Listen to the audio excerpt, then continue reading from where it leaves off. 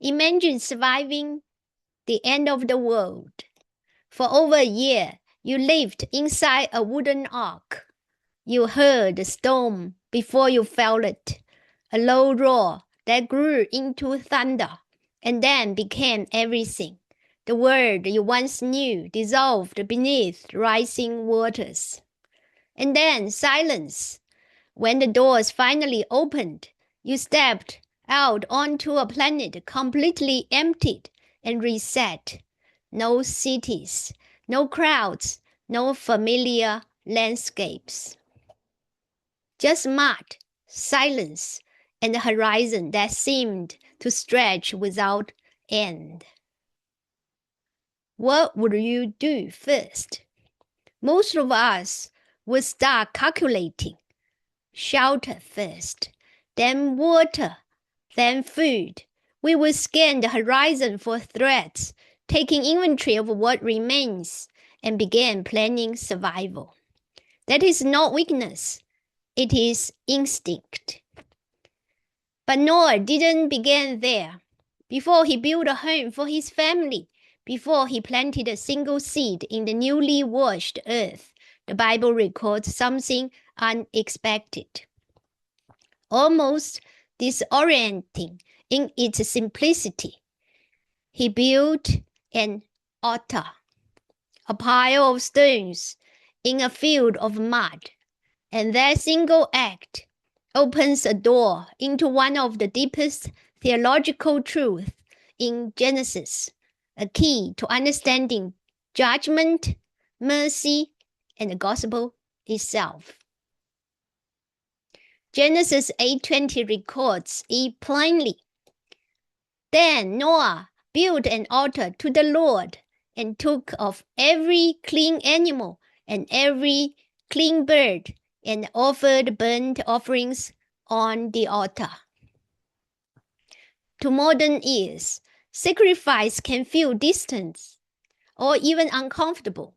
But in Noah's world, this was not a symbolic sentiment. It was costly reality. Animals were not pets. They were wealth, food security, clothing, labor, and survival itself, all wrapped in living form. And Noah had just stepped into a world reset to zero. Every animal matters. Every future matters.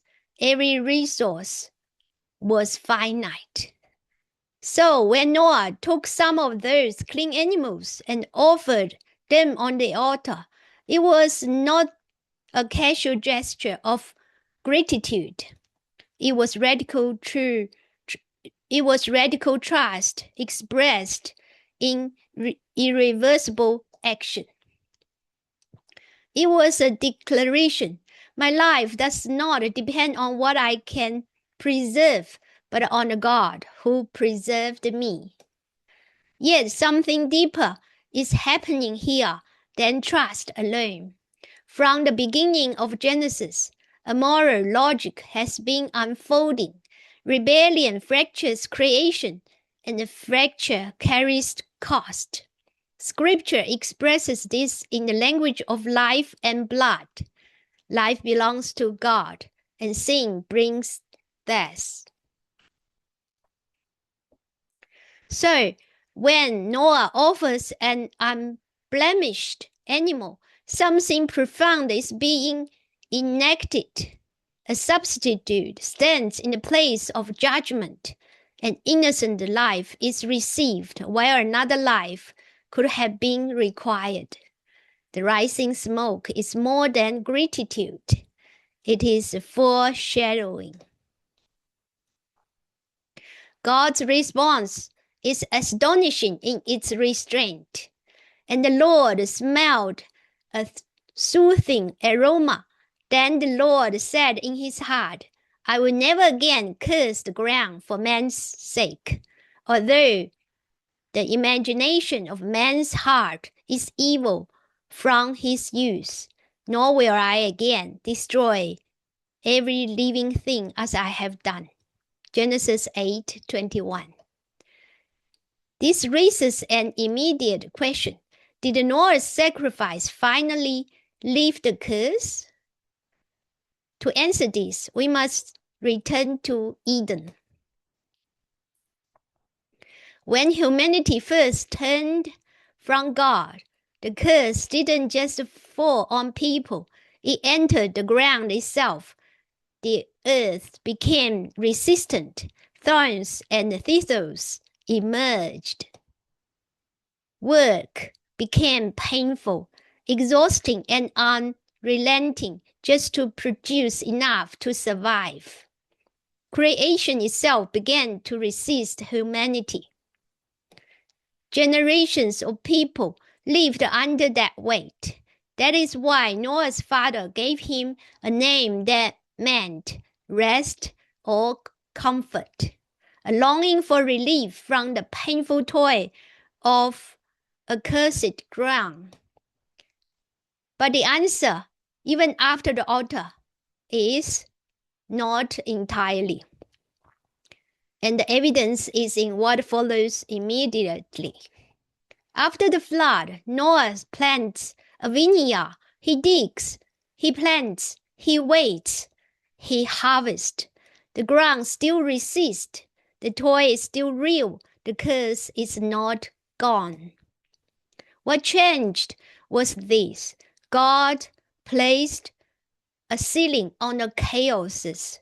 God establishes rhythm where chaos once reigned.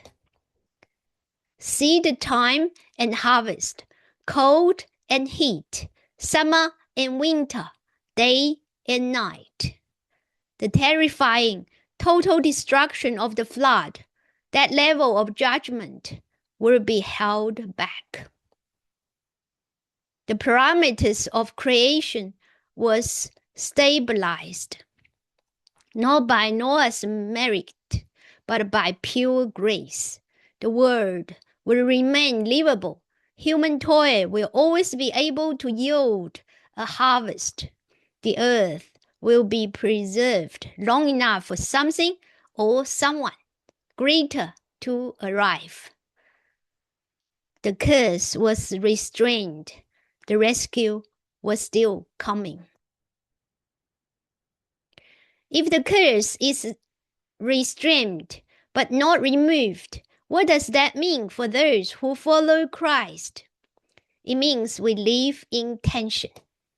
We still live in a broken world. Our bodies weaken. Our work resists us. Life is still marked by friction. But something decisive has already changed. The spiritual power of the curse has been broken. Paul writes in Romans 8:22, "We know that the whole creation has been groaning as in the pains of childbirth right up to the present time." This is real suffering, but also expectation. Something is coming to birth. And then comes the cross.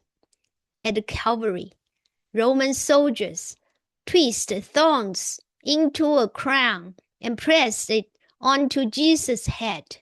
Whether they understood it or not, they were placing on him the symbol of Eden's curse.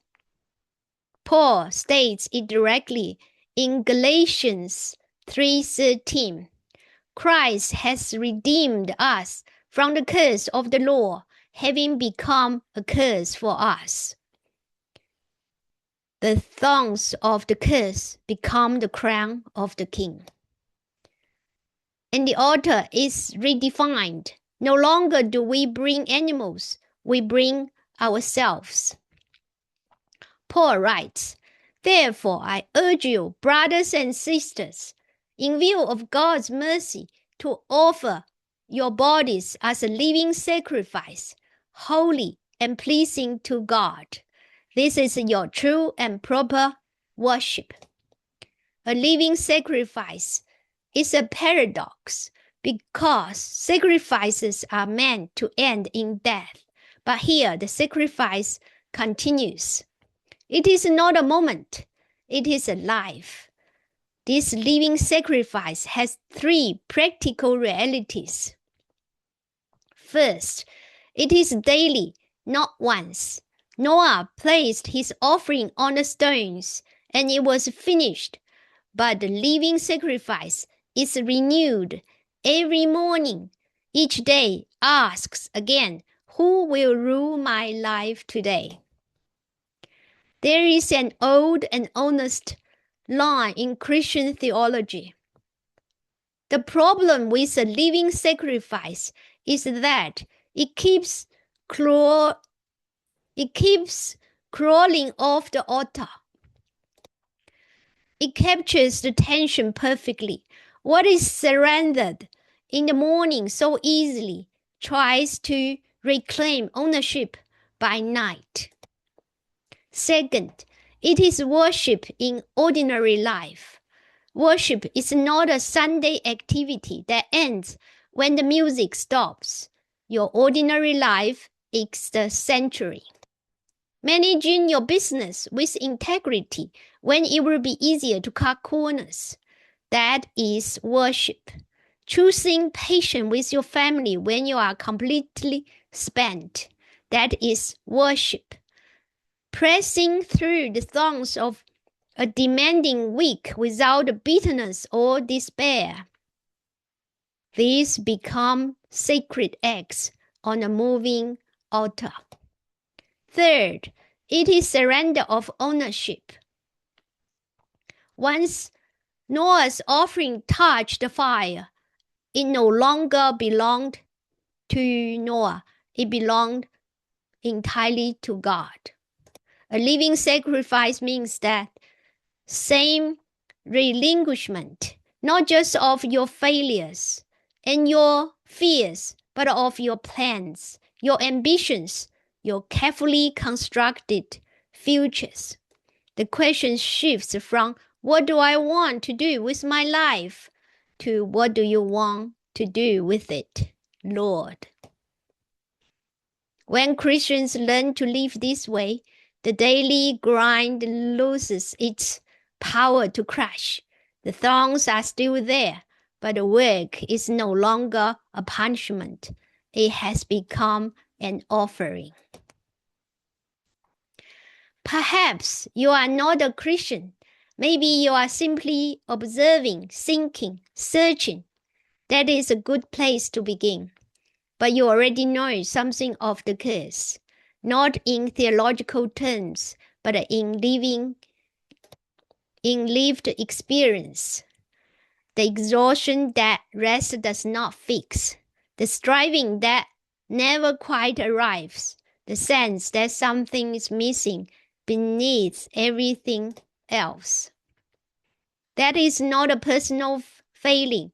That is an ancient friction of a broken world, and it is universal.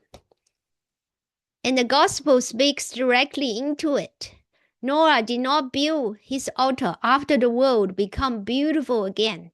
He built it in the mud, in the aftermath, in the ruins. And Paul says the same of Christ. But God demonstrates his own love for us in this. While we are still sinners, Christ died for us. Romans 5:8. Not after improvement, not after recovery, in the middle of the mess. And then the imagery of water is reversed. In Noah's story, water brings judgment from above, overwhelming everything in its path. But in John's Gospel, Jesus stands and says something completely unexpected. Whoever believes in me, as Scripture has said, rivers of living water will flow from within them. John 7:38. He is pointing to the Old Testament promise of God as the source of living water, bringing life and renewal to his people. Notice the direction of it. Not water crashing down in judgment, but life rising up from within, renewal, cleansing, and restoration flowing outward. The gospel is not a demand for self-repair. It is an invitation to bring your thirst as it is and receive life where you are. Even now, in your own words, in your own place, you can respond. Tell God you are tired. Tell him you are thirsty. Tell him to meet you in your mud. Because the curse has already been carried by Christ. The ground is solid now. You can rest.